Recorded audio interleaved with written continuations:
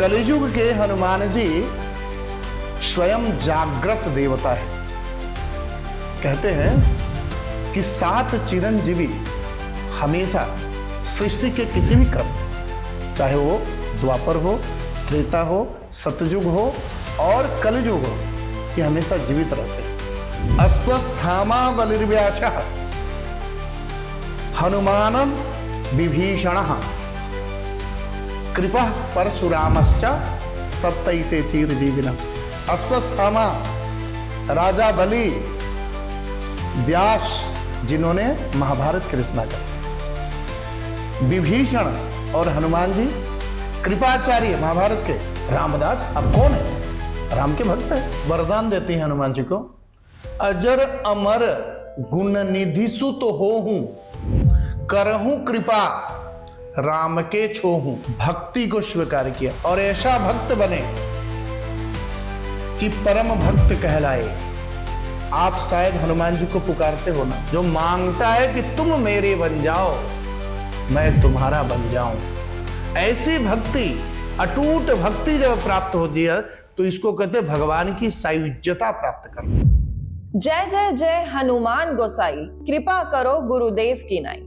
हनुमान जी का नाम सुनते ही मन में शक्ति, भक्ति और आस्था का संचार होता है और हनुमान जी सब सीमाओं से परे हैं। हनुमान जयंती आने वाली है जो 12 अप्रैल 2025 को है। हनुमान जयंती के बारे में जानकारी देने के लिए हमारे साथ जुड़ चुके हैं ज्योतिष और वास्तु विशेषज्ञ डॉक्टर मिथिलेश पांडे जी, जो हमें बताएंगे कि हनुमान जयंती क्यों मनाई जाती है और इसके पीछे का महत्व क्या है और हनुमान जी को हनुमान क्यों बोला जाता है। तो चलिए मिलते हैं। नमस्कार आचार्य जी। नमस्कार। तो आज आप हमारे दर्शकों को हनुमान जयंती के बारे में क्या बताने वाले हैं? आज हनुमान जयंती के बारे में बहुत चर्चा होगी। हनुमान जी कौन है? हनुमान जी का हनुमान नाम क्यों पड़ा? हनुमान जी राम के इतने प्रिय क्यों हैं? और हनुमान जी के राम जी ही आराध्य क्यों हैं? कृष्ण भी हो सकते हैं, भगवान विष्णु को भी अवतार है, लेकिन महाभारत में एक कथा आती है कि भगवान कृष्ण जब बांसुरी लेके आए और भगवान कृष्ण ने कहा कि मैं ही राम था त्रेता में, भगवान ने कहा कि मैं वही राम हूं। हनुमान जी ने अस्वीकार कर दिया, बोला कि नहीं, आप मेरे राम नहीं हो सकते हो। राम के हाथों में धनुष बाण था, मुझे वो वाले राम पसंद है और मुझे वो वाले राम चाहिए, वो मेरे आराध्य है। तो इसमें ये बात करेंगे। साथ ही साथ ऐसा मौका है हनुमान जी के निमित्त कि इस समय का हम लाभ कैसे उठाए, हम अपने जीवन में हनुमत भक्ति कैसे लाए, राम की कृपा कैसे लाए।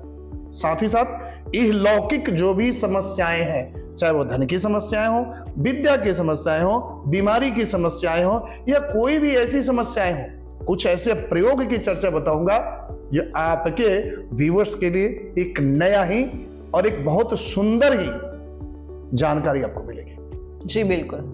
संकट कटे मिटे सब पीरा, जो सुमिरे हनुमत बल बीरा। कलियुग के हनुमान जी स्वयं जागृत देवता है। कहते हैं कि 7 चिरंजीवी हमेशा सृष्टि के किसी भी क्रम में, चाहे वो द्वापर हो, त्रेता हो, सतयुग हो और कलियुग हो, ये हमेशा जीवित रहते हैं। अस्वस्थामा बलिर्व्यासः हनुमानं विभीषणः कृपा परशुरामश्च सप्तैते चिरजीविनः। अस्वस्थामा राजा बलि, व्यास जिन्होंने महाभारत की रचना करी, विभीषण और हनुमान जी कृपाचार्य महाभारत के, और परशुरामश्च भगवान परशुराम, ये चिरजीवी हैं, ये हमेशा ही रहते हैं। त्रेता युग के जब सारा युद्ध खत्म हो गया, सारे लक्ष्मण जी इसके साथ साथ सारे लोग अपने अपने धाम को पधारने लग गए, भगवान राम अपने धाम को पधारने लग गए, साथ साथ हनुमान जी, कारण कि आराध्य हनुमान जी के राम जी हैं। राम जी के बिना हनुमान जी रह ही नहीं सकते हैं कहीं। हनुमान जी राम के इतने बड़े भक्त हैं, कहते हैं अतुलित बल धामम हेम शैलाभ देहम दनुजवन कृशानुम ज्ञानिनाम अग्रगण्यम शकल गुण निधानम वानराणाम अधीशम रघुपति प्रिय भक्तम वात जातम नमामि। हनुमान जी का परिचय ऐसे दिया जाता है, अतुलित बल धामम, जो उनकी शक्ति है उसकी तुलना ही नहीं की जा सकती। हेम शैलाभ देहम, जिनका शरीर विकराल है, विशाल है। हेम शैलाभ देहम धनुजवन कृशानुम, धनुजवन कृशानु मतलब शत्रुओं के पूरे बड़े से बड़े ग्रुप को भी खत्म करने वाले। ज्ञानिनाम अग्रगण्यम, ज्ञानियों में अग्रगण्य। हनुमान जी की ज्ञान इतना विशद है। ज्ञानिनाम अग्रगण्यम शकल गुण निधानम, सारे गुण जिनमें विद्यमान हो, ऐसे हनुमान जी को नमस्कार करते हैं। तो हनुमान जी का यह परिचय है। लेकिन ऐसे परिचय स्वयं हनुमान जी की जब परिचय पूछा जाता है कि हनुमान जी अपनी परिचय क्या देते हैं, तुलसीदास जी के रामायण में, प्रात ले ही जो नाम हमारा, जब लंका में घुसते हैं विभीषण जी पूछता आप कौन है, रामदास आप कौन है, राम के भक्त हैं। कहते महाराज क्या बताऊं, मैं तो वो हूं, उस जाति से आता हूं, प्रात ले ही जो नाम हमारा, सुबह सुबह जो मेरा कोई नाम भी ले ले, ताही दिन तिहे न मिले आहारा, उनको भोजन भी नहीं मिलता। ऐसी विनम्रता, इतना बड़ा ज्ञानी, इतना बड़ा परम पुरुषार्थी, इतना बड़ा मतलब विशालकाय, ज्ञानियों में अग्रगण्य, जब परिचय अपना क्या देता है कि मैं उस जाति से हूं महाराज कि अगर मेरा कोई नाम ले ले तो उसको सुबह सुबह खाना भी नहीं मिलता, ऐसे लोगों में मान्यता है। इतना सब कुछ होने के बाद जब लंका में पंचवटी में सीता माता के पास जाते हैं तो सीता माता पूछती हैं कि हो सकता है कोई राक्षस हो, कोई वेश बना करके आया हो, तुम कौन हो। हनुमान जी कहते हैं राम दूत मैं मातु जानकी। क्या कह रहे हैं, इतना ज्ञानी, इतना सामर्थ्यवान, इतना शक्तिशाली, अपने परिचय क्या देते हैं, राम दूत, मैं राम का भेजा हुआ दूत हूं। मां हमारे यहां क्या होता है, एक साधारण सा कोई सरपंच हो जाता है तो बड़ी सी स्कॉर्पियो बड़ी गाड़ी में लिखवा सरपंच, अब विधायक का कोई भतीजा हो जाता है तो विधायक का भतीजा। राम जी के दूत, उनकी विनम्रता है हनुमान जी की। क्या कहते हैं, सत्य शपथ, और कसम भी देते हैं कि माता विश्वास कर लो, कसम से, सत्य शपथ करुणा निधान की, भगवान की कसम, मैं राम का ही दूत हूं। जब माता को स्वयं जगदंबिका थी माता सीता, रावण, ये सारे भगवान की लीलाएं हैं, लीला करते हैं भगवान। जगदंबिका अपनी लीला कर रही हैं।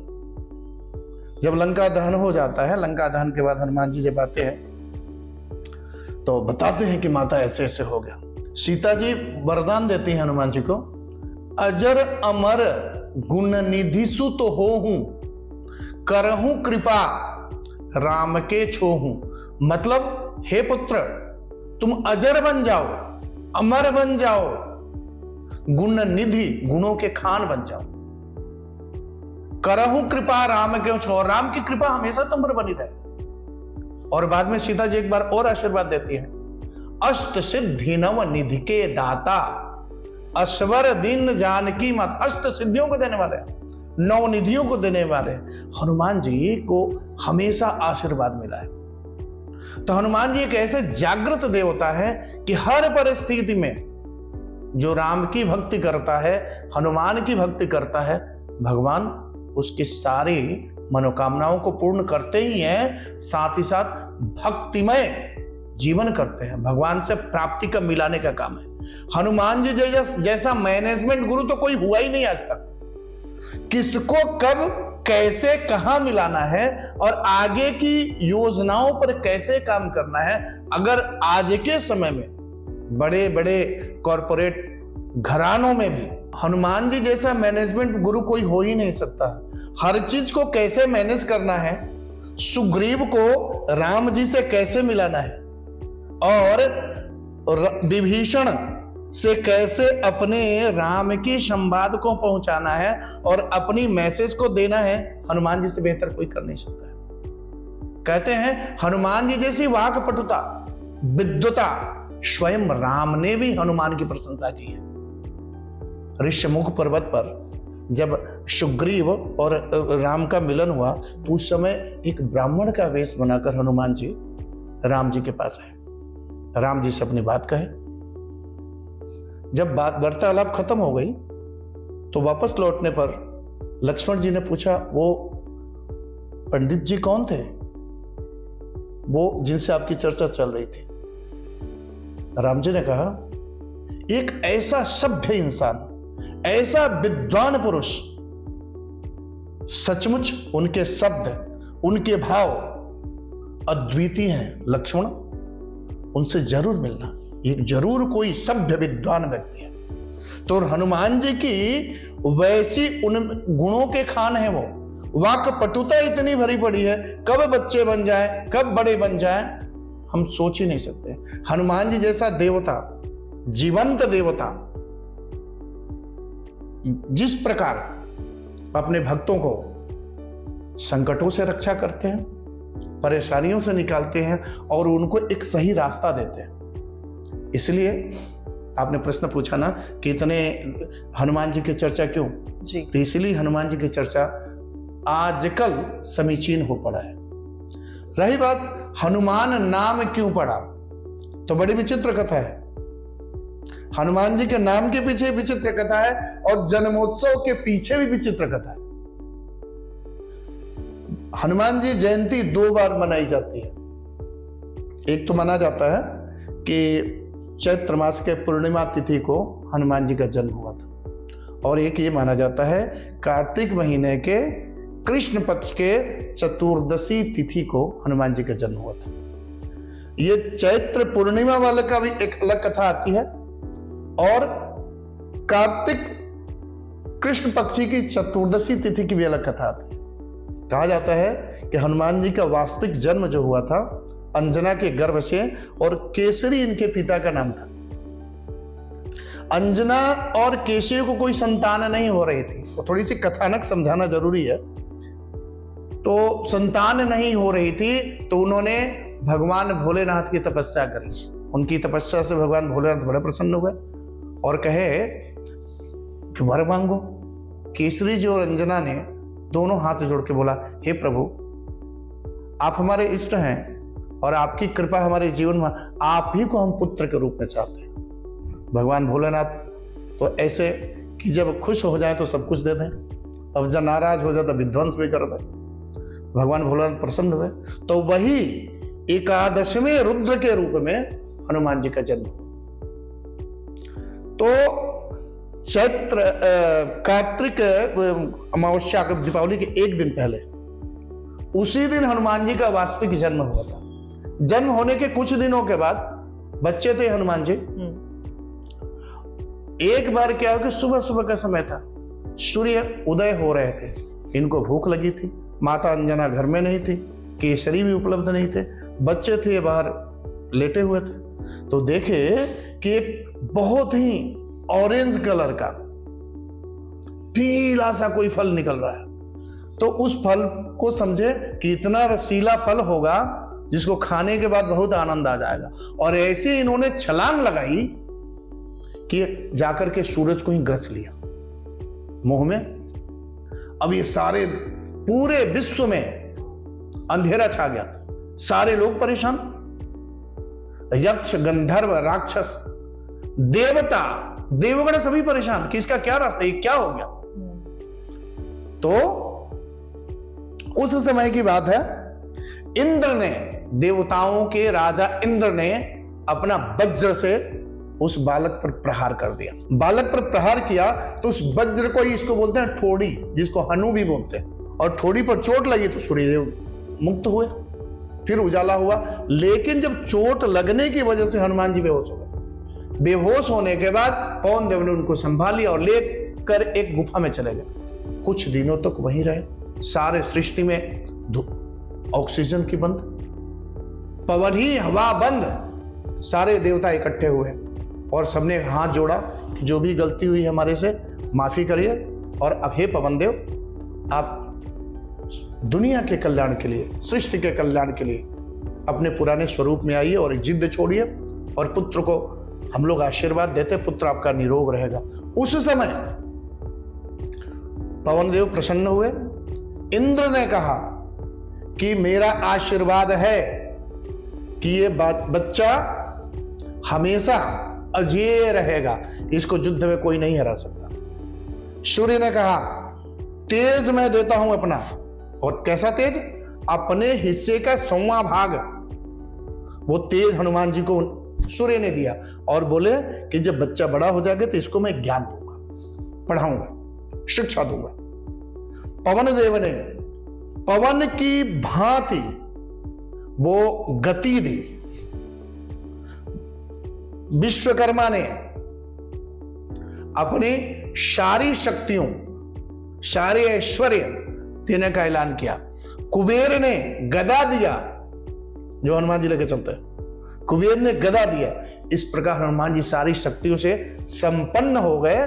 जो ठोड़ी टूटी थी हनुमान जी की, हनु जिसको बोलते हैं, वो हनु के टूटने से, ठोड़ी के टूटने से वही प्रतिष्ठा का कारण बना, और हनुमान जी सारी शक्तियों से संपन्न हुए। तो इसलिए वो दिन था चैत्र पूर्णिमा। तो चैत्र पूर्णिमा को इसलिए शक्ति संपन्न हो गए, सारी शक्तियों से आशीर्वाद उनको मिला, उनको एक नया जीवन मिला। इसलिए चैत्र पूर्णिमा को हनुमान जयंती मनाई जाती है। वास्तविक रूप से ये उत्तर भारत में मनाया जाता है। दक्षिण भारत में आज भी कार्तिक मास की कृष्ण पक्ष की चतुर्दशी तिथि को ही हनुमान जी की जयंती मनाई जाती है। आचार्य जी, ये बताइए कि हनुमान जी सिर्फ राम जी की ही भक्ति करते थे, इसके अलावा उन्होंने किसी भगवान की भक्ति नहीं करी, इसके पीछे क्या रहस्य है? और कुछ लोग चोला चढ़ाते हैं हनुमान जी को खुश करने के लिए, तो क्या वाकई वो खुश होते हैं? बहुत सुंदर सवाल। देखिए, जब आपने रामेश्वरम का नाम जरूर सुना होगा, रामेश्वरम, वहां क्या कहते हैं, भगवान जब समुद्र पर पुल बनाने की बात थी तो वहां किसकी पूजा करते हैं? शिव की पूजा करते हैं। कहते हैं रामस्य यह ईश्वर, जो राम का ईश्वर है वही रामेश्वर है। और शिव क्या कहते हैं? शिव यस्य ईश्वर। भगवान जब लंका गमन की तैयारी कर रहे थे, वहां पुल बनाना था, तो वहां उन्होंने मिट्टी का एक पार्थिवेश्वर बनाया। भगवान भोलेनाथ बड़े प्रसन्न हुए। तो भगवान कहते हैं भोलेनाथ कि राम जिसके ईश्वर हैं, कौन हुए? शिव। और भगवान कहते हैं शिव जिसके ईश्वर हैं, रामेश्वर। इसीलिए माना गया कि राम जिसके, मतलब दोनों एक दूसरे को अपने को ईश्वर बता रहे हैं। राम के जो ईश्वर है वो शिव है, और शिव के जो ईश्वर हैं वो राम है। तो उसी प्रकार हनुमान जी तो थे शिव के एकादशवें रुद्र थे। तो इस हिसाब से हम समझ सकते हैं कि शिव सेवा करने ही रुद्र रूप में आए थे नारायण की, वही राम की सेवा कर रहे थे। रही बात उनकी भक्ति की, तो कहते हैं, तुलसीदास ने लिखा है, सिय राम में सब जग जानी, करम प्रणाम जो रिजुग पानी। तुलसीदास जी कहते हैं कि सिया और राम, हनुमान जी भगवान शिव के एकादशवें अवतार हैं, और विष्णु राम स्वयं है। ऐसी परिस्थिति में शिव जी भगवान विष्णु की हमेशा आराधना ही करते रहते हैं। आपने देखा होगा, शिव हमेशा किसका ध्यान करते हैं? राम राम राम राम। ये तारक मंत्र है, तारक मंत्र है जो आदमी को मुक्ति देता है, राम राम। तो वो राम राम ही बसते रहते हैं। तो शिव विष्णु के बड़े प्रिय हैं, और विष्णु के सबसे प्रिय शिव है। तो ये उन लोगों का बहुत एक गहरा संबंध है। एक आपने प्रश्न पूछा, भगवान राम की ही भक्ति हनुमान जी क्यों करते हैं? हाँ जी। उसके पीछे एक कहानी आती है। एक बार की बात है, भगवान विष्णु वैकुंठ लोक में थे, नारद जी पहुंचे और इनके मन में एक थोड़ा सा दंभ हो गया था, एक कहते हैं ना घमंड होना, कि मैं माया से ऊपर हो चला हूं, भगवान की माया मुझे ग्रसित नहीं कर सकती है और मैं माया में फंस नहीं सकता हूं। कौतूहल बस मजाक में भगवान नारायण ने एक माया से स्वयंवर की रचना कर दी। नारद जी जा रहे थे, अब नारद जी के मन में आया ये कैसी स्वयंवर हो रहा है, चलो मैं भी तो देखूं। नारद जी वहां देखे तो बहुत ही त्रिलोक सुंदरी राजकुमारी का स्वयंवर हो रहा था। नारद जी के मन में आया कि क्यों नहीं मैं भी, वो तो भगवान की माया थी, क्यों नहीं मैं भी एक बार स्वयंवर में जाऊं और गृहस्थ जीवन में जाऊं। उनके मन में विचार में आया कि त्रिलोक्य में, तीनों भुवन, तीनों लोक में ऐसा कौन व्यक्ति सबसे सुंदर है, तो वो तो भगवान विष्णु है। भगवान विष्णु के पास वापस गए और कहे प्रभु आप सृष्टि में सबसे सुंदर व्यक्ति हो, आप अपना चेहरा मुझे दे दो, मैं लेके जाऊं और मैं गृहस्थ में जाना चाहता हूं। भगवान विष्णु बड़े हंसे और कहे कि जाओ, चेहरा लेकर क्या करोगे, अब तो नहीं मुझे आपकी तरह दिखना है, और वो त्रिलोक सुंदरी है, आपके चेहरे से वो रिझा जाएगी और मुझे पति के रूप में मान लेगी। भगवान हंसे, कहे कि जाओ। नारद जी गए, भगवान ने उनको एक बंदर का रूप दे दिया। भगवान की लीला बड़ी विचित्र होती है। नारद जी को बंदर का रूप मिल गया। अब स्वयंवर चल रहा था, स्वयं राजकुमारी आगे बढ़ जाती और नारद जी तो समझते थे कि भगवान विष्णु का चेहरा को कोई रिजेक्ट तो कर ही नहीं सकता। फिर राजकुमारी के सामने नारद जी जाके खड़े हो जाते हैं, राजकुमारी उनकी तरफ ध्यान नहीं देती, आगे बढ़ जाती है। ऐसे बहुत सारे राजकुमार लोग लाइन में लगे रहते हैं स्वयंवर के लिए। राजकुमारी आगे बढ़ती है, भगवान विष्णु का स्वरूप वहां है, भगवान विष्णु वहां खड़े हैं और राजकुमारी जाते भगवान विष्णु को वरमाला डाल देती है। यह देखकर नारद जी को बड़ा असमंजस हो जाता है कि जब नारायण का स्वरूप मुझे मिला है तो नारायण यहां कैसे, और भागते हुए जाते हैं, पानी में अपना चेहरा देखते हैं, चेहरा देखते हैं तो बंदर का चेहरा है। तो उस समय बड़ी दुख, बड़ी ग्लानि होती है नारद भगवान को, और नारद जी कहते हैं आपने मेरे साथ इतना घोर अन्याय किया, मैं श्राप देता हूं आपको। देखिए, जब ऋषि महात्मा ऐसे होते हैं कि भगवान को भी नहीं छोड़ते, भगवान को भी श्राप दे देते। भगवान विष्णु को श्राप लगता है कि आप जब त्रेता में राम बन के आएंगे तो यही बंदर आपको संकटों से निकालेगा। तो वो श्राप जुड़ा हुआ है कि वही शिव जी एकादश अवतार हनुमान जी का लेके आए और यहां दोनों मिले, और यहां शिव जी ने भरपूर राम की भक्ति करी है और भगवान की भक्ति में आराध्य ही माना है। मतलब हनुमान जी के आराध्य राम है, राम के अलावा भगवान विष्णु को भी नहीं मानते हैं। राम राम उनका सबसे प्रिय शब्द, राम राम, सबसे प्रिय व्यक्ति राम, और जीवन का ध्येय ही उनका बन गया था राम। इस प्रकार हनुमान जी कहते भी हैं कि मुझे मत पूजो, मुझे याद मत करो, मुझे याद करोगे तो शायद मैं नहीं आ पाऊंगा, तुम्हारी मदद नहीं कर पाऊंगा, लेकिन जैसे ही तुम राम बोलोगे तो हनुमान जी ने भगवान राम की भक्ति को स्वीकार किया और ऐसा भक्त बने कि परम भक्त कहलाए। आप शायद हनुमान जी को पुकारते हो ना, तो हनुमान जी नहीं जाएंगे, लेकिन जब राम राम आपने पुकार दिया तो हनुमान जी उस शब्द से बंधे हुए हैं, हनुमान जी को जाना ही पड़ेगा, संकट से आपको निकालना ही पड़ेगा। तो हनुमान जी ऐसे भक्त हैं, ऐसे भक्त शिरोमणि हैं। तो हम अगर राम को बुलाते हैं हनुमान जी स्वयं आएंगे, इसकी में कथा भी है। आपका प्रश्न था हनुमान जी को सिंदूर या चोला चढ़ाते हैं, क्या उससे प्रसन्न होते हैं? इसके बारे में एक कथानक आती है। जब राम जी अयोध्या के राजा बन गए, सीता माता चली गई और भगवान तो बैकुंठ तो सीधे चले जाते थे। एक बार की क्या बात है कि सीता माता अपने राज दरबार में थी, हनुमान जी गए और बोले कि आप प्रभु के साथ कहां जाती है माता? कारण कि हनुमान जी राम जी के आसपास ही रहते थे। आपका दूसरा प्रश्न था हनुमान जी को चोला या सिंदूर क्यों चढ़ाया जाता है, क्या हनुमान जी से बहुत ज्यादा प्रसन्न होते हैं? इसके बारे में एक कथानक आता है। हनुमान जी राम जी के इर्द गिर्द ही हमेशा रहते थे, हमेशा राम जी के पीछे पीछे चलने वाले। सीता माता राम जी एक बार बैकुंठ जा रहे थे, बैकुंठ के द्वार तक हनुमान जी तो गए, लेकिन जैसे ही अंदर जाना था दरबान ने हनुमान जी को रोक दिया और माता राम जी के साथ चली गई। एक बार हुआ, 2 बार हुआ, 3 बार हुआ।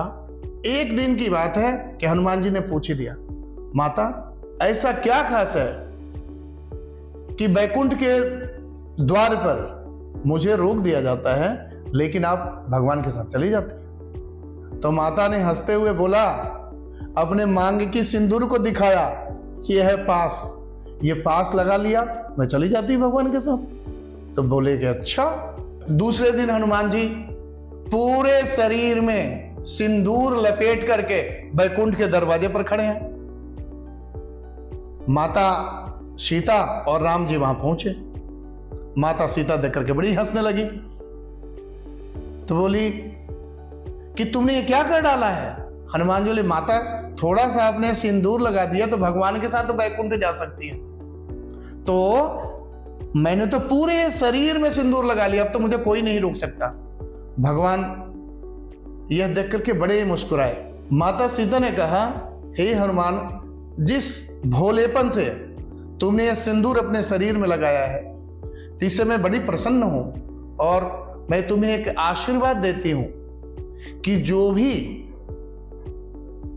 व्यक्ति तुम्हें सिंदूर चढ़ाएगा उसकी सारी मनोकामनाएं पूर्ण हो जाएंगी। मंगलवार हनुमान जी का दिन माना जाता है, तो हनुमान जी को वो चोला चढ़ाया जाने लग गया। हनुमान जी को बड़े प्रिय है तो लोगों की मनोकामनाएं पूर्ण होती, इस प्रकार ये चलना शुरू हो गया। आचार्य जी, अब ये बताइए कि हनुमान जी की कृपा पाने के लिए ऐसे कौन सी पूजा और उपासना करनी चाहिए ताकि हमारे दर्शकों के कष्ट दूर हो सके? हनुमान जी की भक्ति करने से ये 5 चीजें स्वतः ही प्राप्त हो जाती है। बुद्धिर्बलम, यशो धैर्यम, निर्भयत्वम, आरोग्यता, आजाड्यम, वाक पटुत्तम च हनुमंतम स्मरणात् भवेत्। कहते बुद्धिर, बल, यश, निर्भयता, आरोग्यता और जड़ता खत्म। जड़ता मतलब वो होता है कि जिसकी बुद्धि कम होती है, बुद्धिमान बन जाता है व्यक्ति अगर हनुमान जी की जो आराधना करता है। वाक पटुता बढ़ जाती है, आदमी समझदार बहुत ज्यादा हो जाता है, समय के हिसाब से अपनी सारी चीजों को स्वतः ही आगे बढ़ाना शुरू कर देता है। हर परिस्थिति में वाक पटुता उसके अंदर आ जाती है। दूसरी बात, हनुमान जी को प्रसन्न करने का सबसे बड़ा अगर नाम है राम राम। अक्सर क्या होता है कि हम अपनी भक्ति में इतने वो हो जाते हैं, डूब जाते हैं कि या तो हम भगवान से कुछ मांगते ही नहीं। भगवान से जब हम मांगते हैं तो क्या मांगते हैं? मेरे बेटे की शादी हो जाए, मेरी परीक्षा में मैं पास हो जाऊं, मेरे घर आ जाए, मेरे दुकान हो जाए, जो भी सांसारिक चीजें हम भगवान से मांगते हैं। लेकिन भगवान भी हमारी परीक्षा लेते हैं। भगवान के भक्त कौन बनता है? जो मांगता है कि तुम मेरे बन जाओ, मैं तुम्हारा बन जाऊं। ऐसी भक्ति, अटूट भक्ति जब प्राप्त होती है तो इसको कहते हैं भगवान की सायुज्यता प्राप्त करना। इष्ट देव, भगवान से जब भी कुछ मांगे सांसारिक चीजों को मांगिए ही मत, बुद्धि मांगिए, ज्ञान मांगिए, विद्या मांगिए। भगवान के अगर चरित्र को हम देखते हैं तो भगवान ने भी तो अपने मानव जीवन में आने के बाद कष्टों को स्वतः ही अपनी बुद्धि से निकाला, परिश्रम से निकाला, श्रम से निकाला तो भगवान से हम क्या मांगते हैं? मेरे लॉटरी निकल जाए, मुझे घर हो जाए। हम यहां क्या करते हैं? अपने आप को बिल्कुल कर्ता मानते ही नहीं है। भगवान के जीवन से हमें सीखना चाहिए कि भगवान जब मानव जीवन में आए किन किन कष्टों को सीखा। महाभारत के युद्ध में जब युद्ध खत्म हो गया तो कृष्ण कहते हैं कुंती से, हे बुआ, अब तो महाभारत का युद्ध खत्म हो गया, मैं चाहता हूं कि बड़ा दुख में समय बिताया है तुमने, कुछ मांगो मेरे से, मैं दूं, फिर मैं अपने घर जाऊं। कुंती कहती है, केशव, अगर तुम मेरे से इतने प्रसन्न हो और चाहते हो कि मैं तुमसे कुछ मांगू तो मुझे दुख देना। अब देखिए, भगवान कृष्ण कहते हैं, बुआ, जीवन के इतने दुखों को देखने के बाद तुम्हारा दुख से मन नहीं हटा? कुंती कहती है, वो दुख जब आता है ना, तब तुम भी तो आते हो ना। उस दुख को काटने की क्षमता तो तुम्हारे आने से ही मिल जाती है और बुद्धि मिल जाती है। तो ऐसे दुख अच्छे जहां नारायण साथ में, तो भगवान से जब भी भक्ति की याचना करिए, और भगवान से जब भी भक्ति की याचना करिए तो उनके जो कार्य हैं, उनके जो गुण हैं, अपने जीवन में उतारिए। तो इन सब से भगवान को, चाहे कोई भी इष्ट हो आपका, उसको प्रसन्नता मिलती है। और जब इष्ट की कृपा हो जाए, आपके इष्ट की कृपा आपके जीवन में हो जाए, तो पैसे, रुपये, गाड़ी, मकान, दुकान, सब बड़ी छोटी चीजें हैं।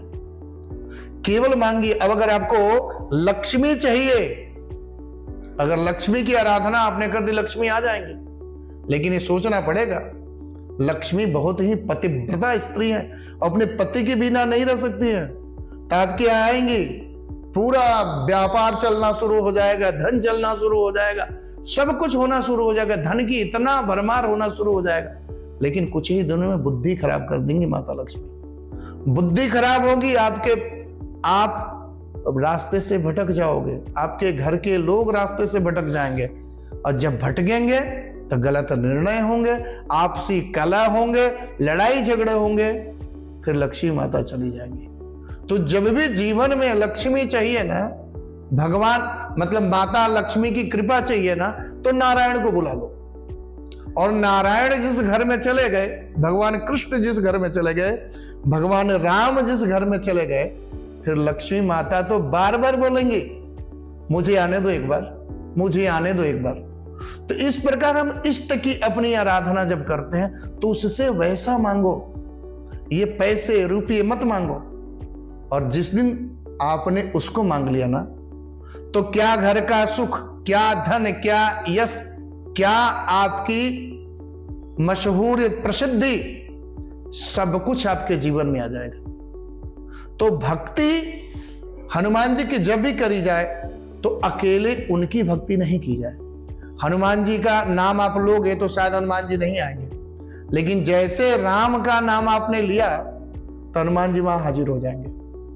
अक्सर लोग हनुमान चालीसा का पाठ करते हैं, रामचरितमानस का पाठ करते हैं, और बहुत सारे पाठ हैं, कुछ मंत्र हैं, कुछ प्रयोग भी हैं जो जीवन में किया जाए तो जीवन में आ रही समस्याओं से हमें मुक्ति मिलती है, समस्याएं खत्म होती है और जीवन में सुख समृद्धि बढ़ती है। आचार्य जी, आपने हमारे दर्शकों को इतनी अच्छी जानकारी दी, पर चलते चलते एक आखिरी सवाल कि इस हनुमान जयंती पे हमारे दर्शकों को क्या करना चाहिए ताकि उनको धन और समृद्धि मिले और उनके सारे कष्ट हरे? मतलब ऐसा क्या स्पेशल करना चाहिए हमें? बहुत बढ़िया।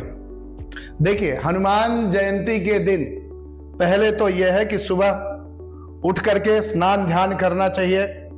अगर आप अपने घर में हनुमान जी की कोई हनुमान चालीसा का पाठ का आयोजन करना चाहिए, सुंदर कांड के पाठ का आयोजन करना चाहिए, रामायण पाठ का आयोजन करना चाहिए, घर को बहुत अच्छा से सजाना चाहिए। घर नहीं सजा सके तो कम से कम भगवान के मंदिर को जरूर सजाना चाहिए, सात्विक भोग लगाना चाहिए, अपने इष्ट मित्रों के साथ इकट्ठा होकर के राम नाम का जाप करना चाहिए, या जो भी है हनुमान चालीसा, सुंदरकांड, कुछ भी का आपको आयोजन करना चाहिए। हनुमान जयंती के दिन भक्ति भाव से उठना चाहिए, सुबह स्नान ध्यान करके।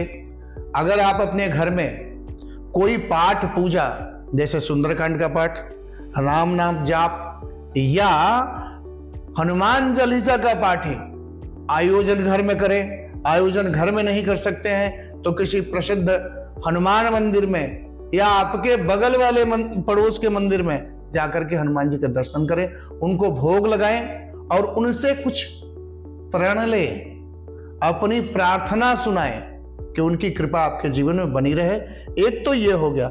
दूसरे कुछ ऐसे प्रयोग होते हैं कि आदमी के जीवन में बहुत सारी बाधाएं चलती रहती है, परेशानियां चलती रहती है, उस दिन ऐसे प्रयोग की शुरुआत हो। प्रयोग की शुरुआत कैसे होगी कि मंदिर में जाकर के संकल्प लीजिए। जैसे पैसे की कमी हो तो सुंदरकांड का पाठ करिए, पाठ का संकल्प लीजिए कि मैं हर महीने सुंदरकांड का पाठ करूंगा या पूरे साल सुंदरकांड का पाठ करूंगा, हर मंगलवार शनिवार 108 हनुमान चालीसा का पाठ करूंगा। कुछ भी नियम हनुमान जी से आप लीजिए और उनसे प्रार्थना करिए कि आपको कष्टों को दूर करें और आपके जीवन में सुख समृद्धि लाए। अब उसके लिए सबसे सुंदर ये भी है, वाल्मीकि सुंदरकांड का पाठ भी बहुत बड़ा रिजल्ट देता है। परेशानी जैसे है कि आपको एक मंत्र है, आप दाम पहरतारम दातारम सर्व संपदाम लोकाभिरामम श्री रामम भूयो भूये नमाम्यहम। आपके जीवन में कोई भी पैसे रुपये की परेशानी चल रही हो, किसी भी मंगलवार के दिन से, और खास करके तो मैं कहूंगा हनुमान जयंती के दिन से ही आपको संकल्प लेकर के 1 माला 3 माला का पाठ करना शुरू कर देना चाहिए। तो देखेंगे कि वो भगवान राम की कृपा से और हनुमान जी की कृपा से आपके घर में पैसे रुपए की कमी तो नहीं होने वाली है। इसके अलावा बहुत सारे प्रयोग हैं, सुंदरकांड का भी पाठ कर सकते हैं, और कोई मनोकामना, कोई स्पेशल मनोकामना है, उसके लिए अलग अलग प्रयोग आते हैं। अलग अलग प्रयोगों के लिए तो ये कोशिश ये करना चाहिए कि जो भी हो एक नियम बनाए आप अपने जीवन में। हनुमान जी के जयंती के दिन हनुमान जी की कृपा प्राप्ति करने के लिए खासकर ध्यान ये रखना चाहिए कि सुबह उठ के भक्ति भाव हो करके घर परिवार के लोग इकट्ठा होकर के, अगर आप मंदिर जाते हैं, हनुमान जी के मंदिर दर्शन करने कहीं जाते हैं, तो उनका पूजन पाठ नियम पूर्वक भक्ति पूर्वक करें। साथ ही साथ अगर घर में कुछ आयोजन कर रहे हैं, सुंदरकांड का पाठ, हनुमान चालीसा का पाठ, तो बड़े भक्ति भाव होकर के घर में उसका आयोजन करें, आरती करें भगवान का, हनुमान जी का। साथ ही साथ ध्यान रखें कि घर में क्लेश नहीं, लड़ाई नहीं हो, झगड़े नहीं हो, भक्ति भाव माहौल बना रहे। कहते हैं, राम स्वयं कहते हैं, भगवान रामचंद्र जी, कि निर्मल मन जन सो मोहि पावा मोहि कपट छल छिद्र न भावा। तो अगर हम अपने मन में कोई कपट, कोई छल लेकर के किसी भगवान की भक्ति करते हैं तो भगवान स्वीकार नहीं करते। और साथ ही साथ ये तो हनुमान जी की भक्ति है। आप चाहते हैं कि शक्तिशाली बने, आपकी जो मनोकामना हो पूर्ण हो, तो हनुमान जी के चरित्र को अपने जीवन में उतारने की कोशिश करिए। ये संकल्प लीजिए कि जैसे हनुमान जी का चरित्र है, जैसे ब्रह्मचर्य हैं, जैसे लोगों की भला करते हैं, हर परिस्थिति में लोगों की मदद करना सीखिए, मन में कोई भी कपट छल नहीं रखे। और जब हनुमान जी का चरित्र अपने जीवन में उतारेंगे तो देखेंगे कि वो सारे कार्य भी बनने शुरू हो जाएंगे और हनुमान जी का प्रिय भी बनने शुरू हो जाएंगे। तो और भी बहुत सारे ऐसे उपाय होते हैं हनुमान जी के लिए कि उनकी जीवन में कृपा प्राप्त हो। लेकिन एक बात ध्यान रखना है कि कभी भी अगर हनुमान जी की कोई साधना आराधना करनी है तो उस साधना आराधना में राम जी का भी कुछ न कुछ पाठ पूजा जरूर शामिल करना चाहिए, स्तोत्र जरूर करना चाहिए। कारण कि राम जी की साधना आराधना से हनुमान जी बड़े प्रसन्न होते हैं। इस प्रकार बहुत प्रयोग है। जैसे हम धन की कहीं किसी को कमी चल रही हो तो वाल्मीकि सुंदरकांड का एक मंत्र आता है, आप दाम अपहर्तारम दातारम सर्व संपदाम लोकाभिरामम श्री रामम भूयो भूय नमाम्यहम। अगर आप किसी के जीवन में पैसे रुपए की दिक्कत चल रही है तो हनुमान जयंती के दिन इस मंत्र का संकल्प ले कि और हनुमान जी से प्रार्थना करें कि 1 माला 2 माला 3 माला जितना भी हो सके नियमित रूप से इस मंत्र का जाप करें, तो देखेंगे कि उनकी जो है पैसा और रुपए से लेकर जो परेशानियां धीरे धीरे खत्म होनी शुरू हो जाती हैं। ऐसे ही बीमारियों के लिए है, ऐसे ही है। अब सारी समस्याएं हैं, अब क्या क्या समस्याएं, अगर इतनी लोगों की समस्याएं भी अनेक होते हैं, हम मानव हैं। तो उसमें एक सुंदर कांड का मैं एक चौपाई बता रहा हूं, ये कितना सुंदर है कि अगर ये संपुटित लगा करके करें, मोहि सुधारी ही सो सब भांति जा सुकृपा नहीं कृपा आघाती।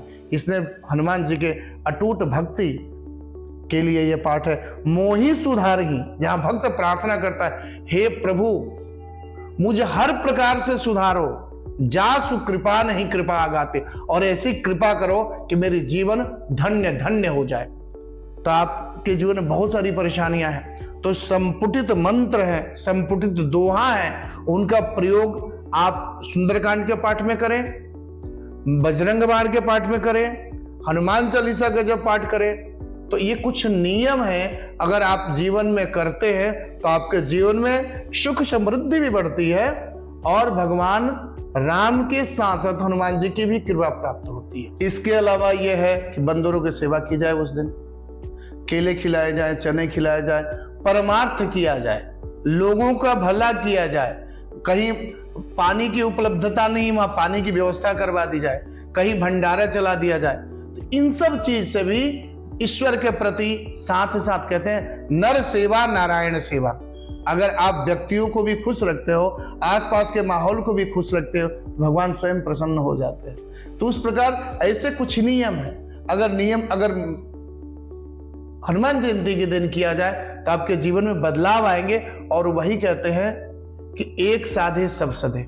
अगर हम अपने ही से कहते हैं संकट कटे मिटे सब पीरा, जो सुमिरे हनुमत बलबीरा, तो भगवान राम की या हनुमान जी की जो भक्ति करता है उसके सारे संकट कट जाते हैं, सारे दुख कट जाते हैं, सारे पीड़ाओं का नाश हो जाता है। तो भगवान की भक्ति जैसे भी करो, लेकिन मन में कपट छल छिद्र मत रखो।